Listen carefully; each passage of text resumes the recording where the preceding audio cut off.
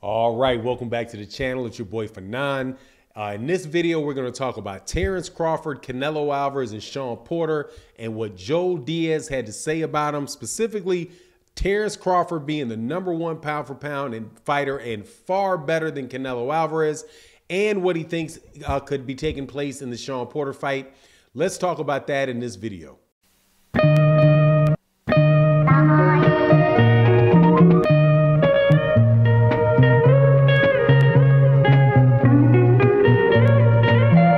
All right, welcome back to the channel. It's your boy Fanan. Also, I want to thank everybody for your continued support of the channel.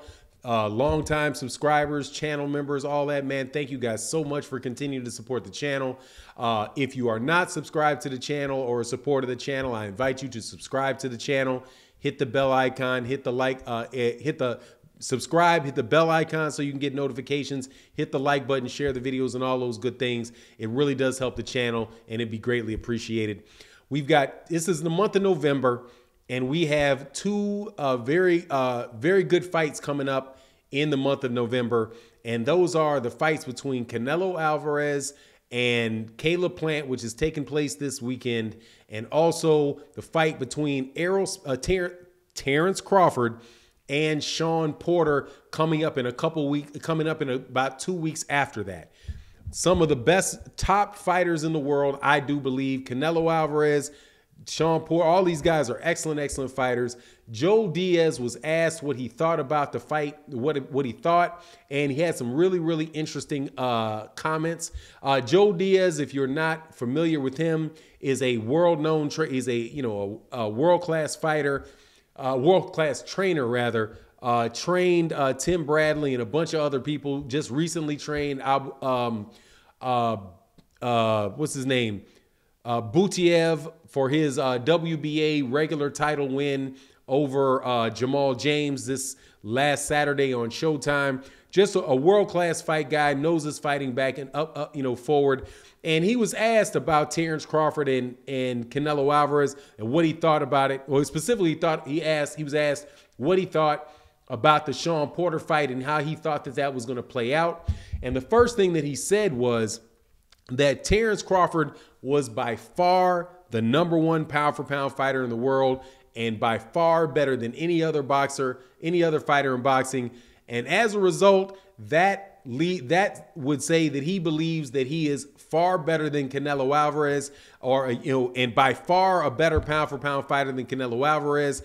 And I find that very interesting, because as we go into this fight with Canelo Alvarez, it acts like everybody in the media is acting like Canelo Alvarez is the greatest fighter to ever pick up gloves. As a matter of fact, I do believe that I heard one guy say, or it's Eddie Hearn that said that he had seen a lot of fighters in his career, but he had never seen anything like Canelo Alvarez. And Canelo Alvarez, look, man, I'm a big fan of Canelo Alvarez as far as his fighting skill. Without a doubt, he is a world-class fighter, one of the best fighters in boxing, but he is not the level of fighter that a lot of people are chalking him up to be.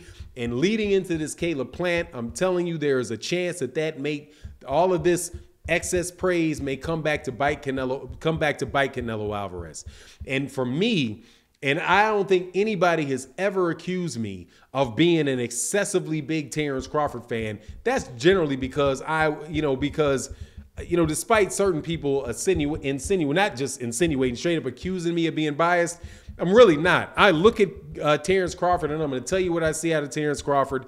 I'm going to look at Canelo Alvarez and I'm going to tell you what I see out of Canelo Alvarez. I'm not going to ride a bandwagon on him. I'm not going to say that, that Terence Crawford, because I'm an Errol Spence Jr. fan, Terence Crawford is the worst fighter in the world. He can't beat anybody. Nah, Terence Crawford, in my opinion, is probably the most well-rounded fighter in boxing right now. And if you look at the 4 different scoring criteria in boxing, which is effective aggressiveness, clean effective punching, defense, and ring generalship, you are very hard pressed to find anybody that does all of those things at the same time as well as Terence Crawford does. Excellent defense when he switches to southpaw, from orthodox to southpaw. If he doesn't want to get hit and he wants to stay away from you, you're not going to hit him. If he wants to press forward to you and fight, he can engage. He can do what he wants to do in that ring. So, but for Joe Diaz to say that Terence Crawford is by far the best pound for pound fighter, I wouldn't necessarily say by far, but I think that it is fair to say that he is. Until proven otherwise, right? And some of these rankings, when they talk about Terence Crawford, I think a lot of this stuff is media driven. If you look at and this is no disrespect to anybody on ESPN or anybody in Ring Magazine, I really do believe that, they got the right to have their decision. I mean, their opinion. I have my opinion. But if you look at it, Canelo Alvarez was not considered by these same guys as being the #1 pound for pound fighter in the world by many of these guys until Vasily Lomachenko lost. And in fact, he wasn't even considered the #2 guy by a lot of these guys before Vasily Lomachenko lost to Teofimo Lopez. After that, magically, the whole situation gets shuffled up, and now you see Canelo Alvarez at #1, and you see people that are just dead bone insulting Shawn Porter. Insulting Terence Crawford and having him down as far as #4, below Usyk, below below Inoue, Usyk, and Canelo. Man, get out of here, man.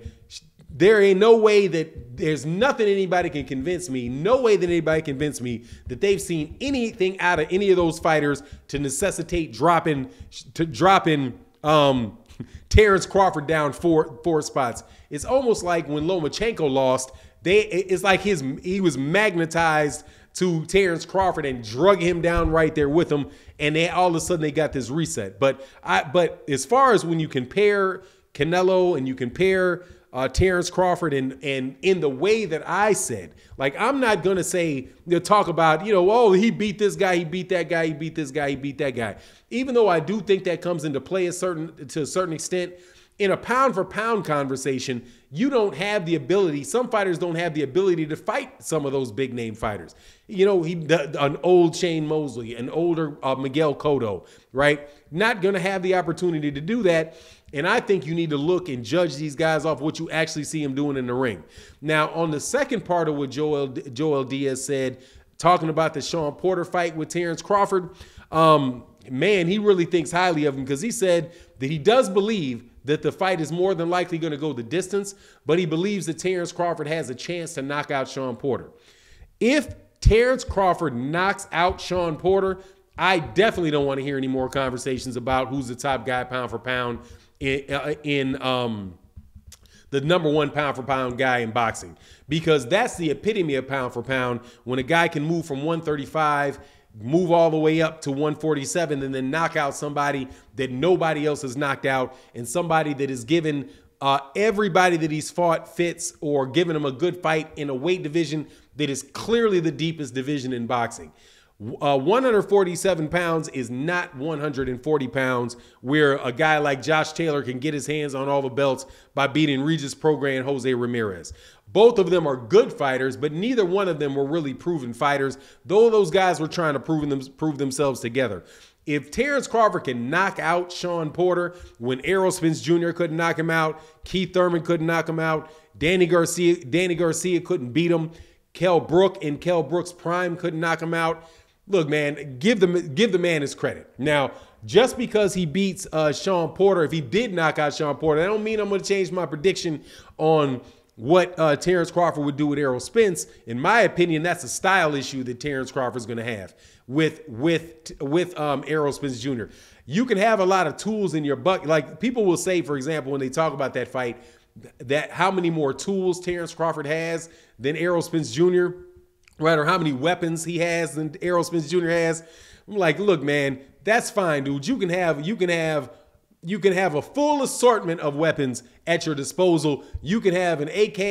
You can have, you can have a slingshot. You can, you know what I'm saying? You can have blow darts. You can have all you want if the guy that you're dealing with got a tank, right? Because all you're going to do is run right up at you, man. Unless you got something to get the top off that tank and get down in there, or you significantly far enough away and you get hit with one of them, he's going to roll over you. And that's kind of what I think about Errol Spence Jr. and Terence Crawford. But all in all, though, man, I do appreciate the assessment from Joe Diaz. It's nice to hear somebody give Terence Crawford his respect in that regard. But I do not think he's going to knock out Shawn Porter. Anyway, that's my take on the matter. You let me know what you think in the comment section. And with that, I'm out.